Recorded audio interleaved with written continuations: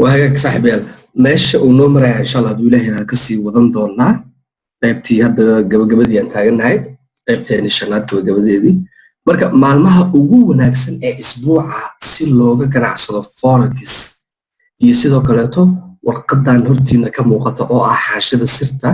oo aan raba in aan idinla wadaago si qof walba oo warqadaasi u haysto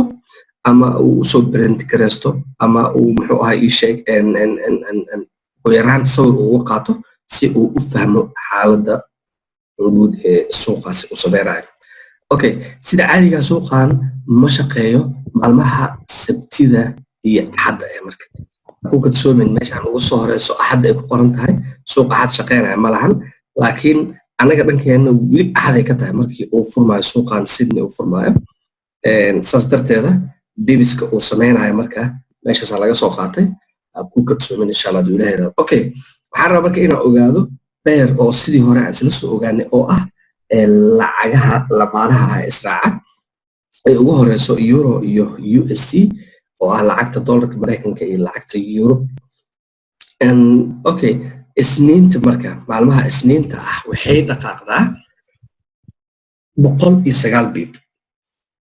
okay meeshaan dhexdeeda rabaa inaad ka fahantiin marka insha Allah maalmaha suuqa ugu sii fiican yahay waxay dhaqaaqdaa 109 bib lacagta loo yaqaano GBP iyo USD maalinta isniinta waxay dhaqaaqdaa 149 bib marka u nimaadno marka lacagta dollarka Mareykanka iyo Japanka ee yen sidoo kale waxay dhaqaaqdaa 65 bib okay way ka jaban way ka yartahay labadii hore aan soo aragnay oo ah euro USD iyo GBP USD way ka yartahay okay marka saddexdan ka tusaale qaadanayna inta hoose dhiman idinka dhameystiran doono saddexdan hore marka anaga ka tusaale qaadanayno waxa ogaanay euro USD markay dhaqaaqdo 109 bib GBP USD ay dhaqaaqdo 149 bib USD JPY ay dhaqaaqdo 65 bib isniintii oo fahmi kartaa in ay tahay GBP USD qaaqa ugu badan ee maalintaasi suuqa sidoo kale marka isla maalinta talaadada markaan tagno waxaad dareemi kartaa isniinta xawaaraha suuqa uu ku socday in uu ka sii badan yahay maalinta talaadada ee dhaqaaq badan ama bibis badan uu sameynayo suuqa sida u jeedid euro markay sameysay USD 109 bib isniinta waxay sidoo kale talaadada ay dhaqaaqday 142 bib okay sidoo kale to lacagta GBP USD waxay dhaqaaqday 149 talaadada waxay dhaqaaqday 172 bib marka meesha waxaa nooga muuqato labada maalin marka ay isbarbar dhigno in ay fiican tahay maalintan talaadada ah okay average marka waxaan ka sheekeynayno waa dhaqaaqa suuqa maalmahaas uu sameynayo maalin walba oo kamid ah shanta maalin ee shaqada ee suuqa uu furan yahay iyo lacag walba dhaqaaqa ay sameynayso oo aan rajeynaa insha Allah inta ay idin wadaagay in kale ka sii badan in idinkana aan maskaxdiina ugu darsan doontaan hadduu Allah awood u yiraahdo sidoo kale marka maalinta arbacada iyo khamiista iyo jumcada noo dhiman oo ah maalmaha suuqa u shaqeeya arbacada hadda maanta waxay dhaqaaqdaa lacagta euro iyo USD 136 bib GBP USD waxay dhaqaaqdaa 152 bib iyo sidoo kale to USD JPY oo aydan dhaqaaqdaa 91 bib taasoo macnaheedu ah mar walba lacagta Japanka iyo USD-ga in ay ka dhaqaaq hooseyso labada lamaan ee reer Europe ee euro iyo GBP oo lagu lamaaniyay lacagta dollarka Mareykanka ah marka khamiista way ka sii badan tahay marka volatility suuqa uu ka sii badan yahay oo waxay dhaqaaqaysaa 145 bib sidoo kale to 169 bib oo aydan GBP ah iyo lacagta Japanka oo iyo dollarka oo dhaqaaqda 124 bib marka waxaan rabaa maadaama aniga marka inta aan ka fahansanahay inaan idin kugu daro sida caadiga ah marka ee caadiga ee la yaqaan forex-ka qofkana inuu fahmo looga baahan yahay waxa kamid ah maalinta isniinta ee suuqa ah maalintiisii ugu horeysay ee laga soo laabanayo nasiinadii maalmaha weekendiga ama sabtida iyo axadda loo yaqaano suuqa inta badan dhaqaaq fiican ma sameeyo oo muxuu ahaa ii sheeg soo kabasho iyo dib isugu soo noqosha lagu jiraa badanaa marka dadka traderska ah ee suuqan fahmay ee experience-iisa iyo dhaqaaqa suuqa iyo waxyaabaha caawa aan kasoo sheekeynaynay ee ahaa bibiska iyo se wax u dhaqaaqaan iyo suuqa sida u shaqeeyo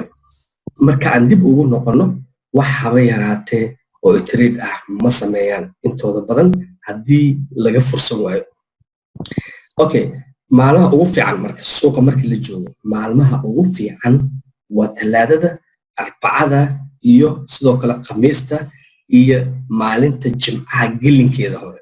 Jimcaha ku qaldoomina gelinkeeda hore ilaa 6 saac duhurkii wixii ka horeeyo way fiican tahay. haddii 6 saac duhurka wixii ka horeeyo wax trade ah ama lacag adiga aad soo analyze gareysatay ama technicalkeeda wax walba aad soo fiirisay ama trade markaas ku saamixi waay in aad gashid fadlan wixii ka dambeeya 6 saac wax trade ah ha qaadanin. mid kale haddii suuqa adoo ku jiro oo kugu xirmo oo weekend oo kugu soo galo waxaa dhici karto labada maalin ee uu suuqa xiran yahay in news suuqaas saameyn kara uu soo baxo ama arrin aan la filaynin inay dhacdo taas oo kugu keeni karto maalinta Isniinta markuu suuqa furmo in suuqaasi uu ku bilowdo waxa loo yaqaano gabiska oo inta badan ku arki doontid trading view-ga shumacyo aan isku xirnayn oo kala go'san oo mid hoos u socdo inuu soo go'o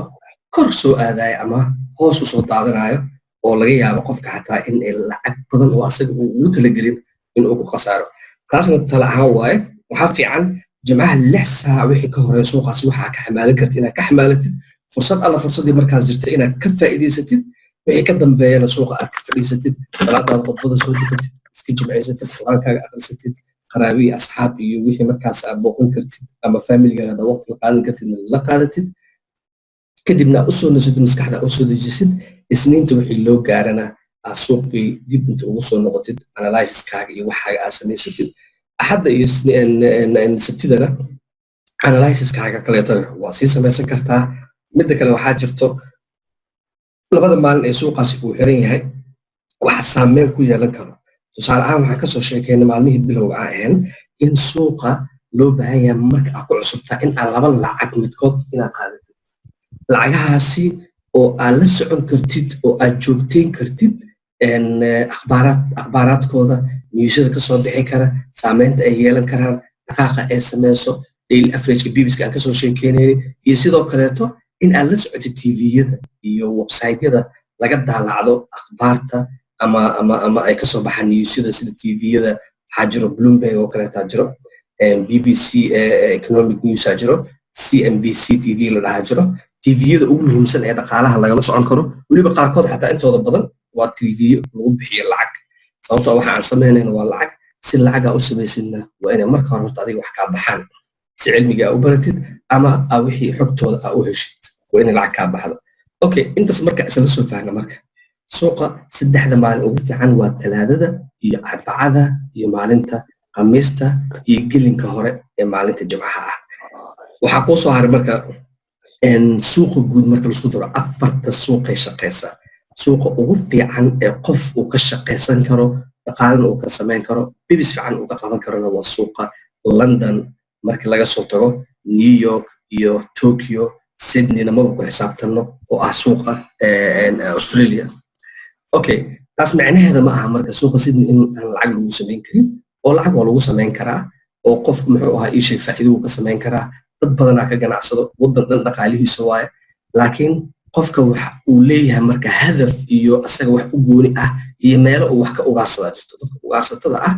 qofka meel uu wax ka ugaarsado wax uu ka fiirsadaa jirto. qof walbana suuqaasi hore aan ugu soo sheekeynay waa lagu kala duwan yahay oo qofba meel ayuu suuqaani kaga jiraa.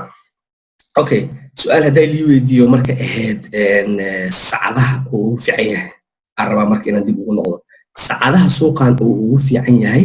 suuqa London marka aan ku trade gareynayno waxa ugu fiican xilliyadii hadda aan kasoo sheekeynayna ee overlapka ee ah labada xilli ee suuqa Tokyo sii dhamaanayo suuqa London oo furmaayo xilligaas oo dhinacayna anaga ay ka tahay 4 saac subax intaana saacada lagu darin ka hor waxay ahayd 3 saac dhinacayna ahayd laakiin hadda 4 saac subaxii ilaa wixii loo gaaro 6 saac suuqa waa ka trade garaysan kartaa analysis waa ku samaysan kartaa trading iyo lacag fiican oo markaas aad ka shaqaysatidna waa kaga qabsan kartaa 6 saac ilaa 8 saac inta u dhaxaysana بدنا وحلية النسينة أو غير يوروب سوق أي كنستان وحبيرات دقائق بدن سوق سامين بدن ملحن أو دب سوق بصدا حلية سوق مريكان كمركز الصفرة تاسو أنا إنه هنجر تسديد ساعة هذا اللو ريجي إن سجال ساعة كده مركي هال ساعة لودري مركب حسبين ساعة هدي أتاقف دي تريدر أما مالي تريدر الصبح هوري سوكا waxaa u dhigantaa haddaad gurigaaga joogta xataa nin xafiiskiisa soo aado shaqaynayo oo shaqo usoo galahay xilli hore soo kac haddaad salaadaada subax soo tukatid adkaartaada qur-aankaaga soo akhrisatid kombiyuutarkaaga dad soo hor fadhiisatid wixii alla wixii markaasi aa ka shaqaysan lahayd ama lacag alla lacagta markaas adiga dooqaaga ah ama aad dhaqaaqeeda istaqaanid suuqa aad la socotid fundamentalkeeda iyo technicalkeedana aad la socotid aad fahmi kartid in aa analyze garaysatid hadduu ilaahay yidhaahdana saddex saac marka la gaaro xilliga suuqa London oo furmaayana aku bilaabatid oo aad dhahdid yaa fitax yaa risaaq okay saddex saac subaxii ilaa 6 saac waa waqtiyada ugu fiican ee suuqa laga shaqaysto 6 saac ilaa 8 saac inta u dhaxayso waa xilli nasiino 8 saac wixii ka dambeeyo ilaa 10 saac galabtii wuu fiican yahay oo asna waa ka shaqaysan kartaa 10 saac wixii ka dambeeyo waxaa imaanaysa marka xilliyada London session iyo New York session ay sameynayaan overlapka oo ah xilliga oo sii dhamaanaya suuqa London ee la xiri doono suuqa New Yorkna oo sii socon doono ilaa adiga xilliga anaga markay noo tahay 5 saac habeenkii ama 4 saac habeenkii ay noo tahay oo sii socon doono xilliyadaas marka labadaas suuq ay isdhaafayaan oo London sii xirmaayo New Yorkna oo sii shaqeynayana waa waqtiyada aadka ugu fiican laga soo bilaabo 10 saac galabtii ilaa 12 saac oo dhinaceena ah na aad u fiican tahay habeenkii wixii loo gaaro marka inta badan qofka markuu cusub yahay waxaa fiican habeenkii inuu soo ku fududaanin oo trading uu aqoon u lahayn ama uu analyze garaysanin ama uu la soconin inuu soo degdegina fiican insha Allah hadduu ilaahay yiraahdo qofkana wax markii uu dhex galo oo si fiican u fahmi karaa inta banaanka aad ka joogtid waxa kaliya ay haysatid waa macluumaad iyo wax lagu sheegay laakiin waxaa fiican wax walba in aad soo baratid oo aad fahantid ilmaha markay dhashaan sida ay marxalado kala duwan ay u soo maraan oo marxalad fadhi inay guurguurtaan inay socod bartaan inay hadaaqaan hadal bartaan ay u marayaan oo marka dambena ay heer ilaa ay ka noqdaan cunug isku filan lugihiisa ku socon kara hadli kara wax fahmi kara nolosha caadiga ku soo biiray si dabiicina u nool oo ka noqonayo waqti qaadataa tanna sidoo kaleeto waa wax waqti qaadan karo fahan iyo ku celcelin iyo barasho joogto ahna u baahan hadduu ilaahay yiraahdana mustaqbalka dhow iyo kan fogna oo noqon karta meherad ama ganacsi noloshaada wax badan ka bedeli doono hadduu Allah awood leeyahay yiraahdo gabagabadii qaybtii shanaad aan soo gaarnay hadduu ilaahay yiraahdo intaas ku soo gabagabeynayna haatan waxaan u bilaabanaa marka su'aalihii iyo cashirkeennii hordhici aan soo sameynay qofka waxa uu ka fahmay iyo waxa uusan ka fahmin ayaan rabnaa hadduu ilaahay yiraahdo inaan dul istaagno insha Allah okay intaas aan ku soo gabagabeynayna insha Allah hadduu ilaahay yiraahdo